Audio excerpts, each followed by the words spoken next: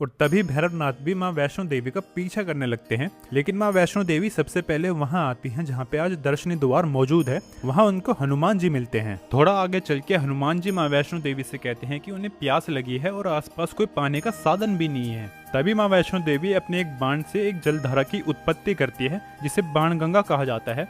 और कहा यह भी जाता है कि माँ वैष्णो देवी ने इसी जलधारा में अपने बाल धोए थे, जिसकी वजह से इसे बाल गंगा भी कहा जाता है। आज ये स्थान भक्तों की आस्था का केंद्र बन चुका है। यहाँ माँ वैष्णो देवी हनुमान जी से कहती हैं कि वे अर्धकुंवारी गुफा में ध्यान करने जा रही हैं, तो आप कोशिश कीजिए कि भैरवनाथ उनकी साधना में कोई बाधा न बने। माँ वैष्णो देवी थोड़ा आगे चलती है और एक पत्थर पे खड़ी हो जाती है और देखती है कि भैरवनाथ उनका पीछा कर रहे हैं या नहीं। और जहाँ माँ वैष्णो देवी खड़ी हुई थी वहाँ उनके पैरों के निशान बन गए थे, जिसकी वजह से आज ये स्थान चरण पादुका के नाम से प्रसिद्ध है। इसके बाद माँ वैष्णो देवी एक गुफा में जाती हैं और अगले 9 महीने तक वहीं पे ध्यान करती हैं, जिसकी वजह से आज इस गुफा को अर्धकुंवारी और गर्भजून गुफा कहा जाता है।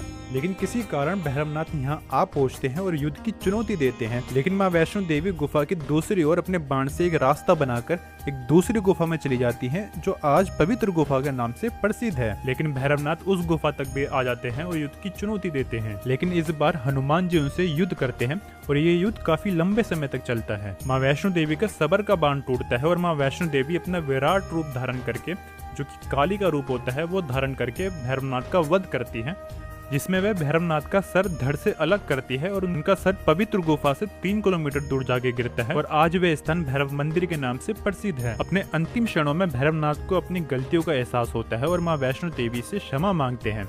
माँ वैष्णो देवी उन्हें क्षमा करती है और एक वरदान देती है कि जब उनका कोई भक्त उनके दर्शन करने के लिए आएगा तो उसके दर्शन जब तक पूरे नहीं होंगे जब तक वे भैरवनाथ के दर्शन नहीं करेगा। फिर माँ वैष्णो देवी पवित्र गुफा में महाकाली, महालक्ष्मी और महासरस्वती के 3 पिंडी रूप में विराजमान हो जाती हैं। और दूसरी ओर भक्त श्रीधर काफी दुखी और निराश हो जाते हैं, इतना कि उन्होंने खाना पीना भी छोड़ दिया था। वो इसलिए क्योंकि उन्हें एक गम था कि वैष्णो माँ उनके घर आई, उन्हें दर्शन दिए, लेकिन वो वैष्णो माता को पहचान नहीं पाए। लेकिन तभी माँ वैष्णो देवी भक्त श्रीधर को सपने में दर्शन देती है और 4 पुत्रों का वरदान देती है और श्रीधर के घर से अपने भवन तक का रास्ता दिखाती है।